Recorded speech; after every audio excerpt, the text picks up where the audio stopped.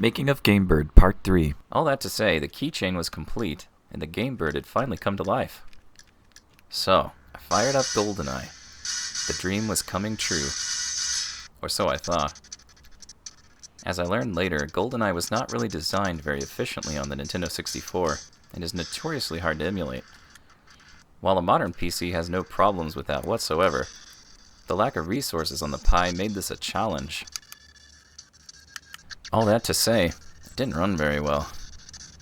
With the dream looking kind of close-ish, I was about to kind of give up and just be happy playing Mario 64.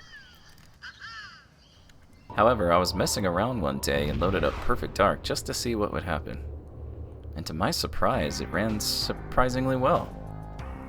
It was perfectly playable, which is great because while I never dreamed it could run a more advanced game, Perfect Dark was my real favorite Nintendo 64 game.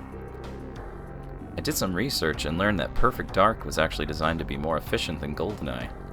They removed some bottlenecks so that they could squeeze more out of the hardware. Perfect Dark is my favorite Nintendo 64 game from my childhood, and I was delighted to spend hours plowing through the single-player and the multiplayer challenges.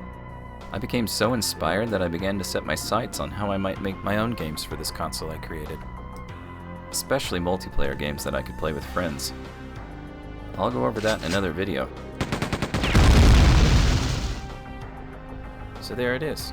After 12 months, the Game Bird was complete. Want to build one yourself or buy one? Visit gamebird.games.